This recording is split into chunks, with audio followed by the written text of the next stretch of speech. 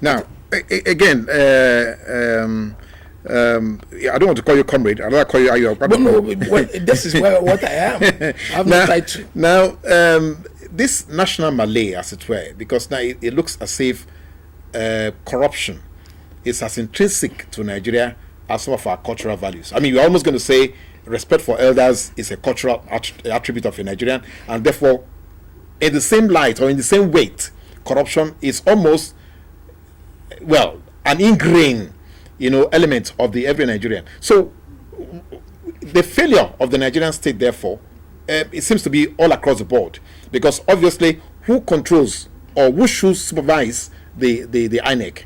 That should be the National Assembly. And so we are caught in a cycle.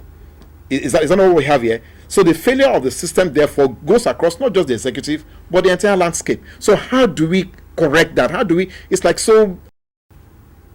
It's most likely going to fail. It's most unlikely to be able to fight corruption because the system is constructed on corruption and perversion of everything. The only way by which you send a signal, you'll be able to send a signal, positive one, about corruption in Nigeria, is that you have to take a national decision. A national decision. What is the national decision? All our constitutions, before the so-called 1963, before independence as the so-called republic, had been fashioned out to us by Great Britain, our colonial masters. 5 years into our operations, the military struck. And since then, all Nigerian constitutions had not only been masterminded or superintended, but had been programmed by the Nigerian military to achieve only one purpose: their sectarian interests. Therefore, fighting corruption would be a fallout of a national restructuring exercise that should be done through a sovereign national conference. It is the reason there are so many things attached to that. It is because we have not done that. That's why the fettering legacy of corruption is extensive. Nigerians have not been allowed, either by the colonial masters or the military, to sit down in a representative assembly to decide, one, do we want to remain together as a people? The second one, which is very important, is that if you are going to stay together, how? What modality? What will be the rule of engagement? What will be the modus operandi? That is when we have agreed on that. Then we can have our own totally local, deliberately made constitution. I mean to say that Nigeria can now have its own Magna Carta or the Bill of Rights, and they have in Great Britain and the United States of America.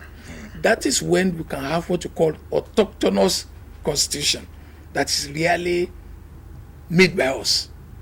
In such a constitution, if it's done, the most important people that should be in attendance are the ethnic nationalities, because they constitute the building blocks upon which Lord Lugard constructed the Nigerian edifice. Those ones have not been given the privilege to make an opinion, and that is why Nigeria remains a country, not a nation. People remain tomorrow. They are totally responsible for what happened there, their ethnic nationalities, first of all, before Nigeria. So that is the first thing to do. You cannot, I think you should worry Nigeria.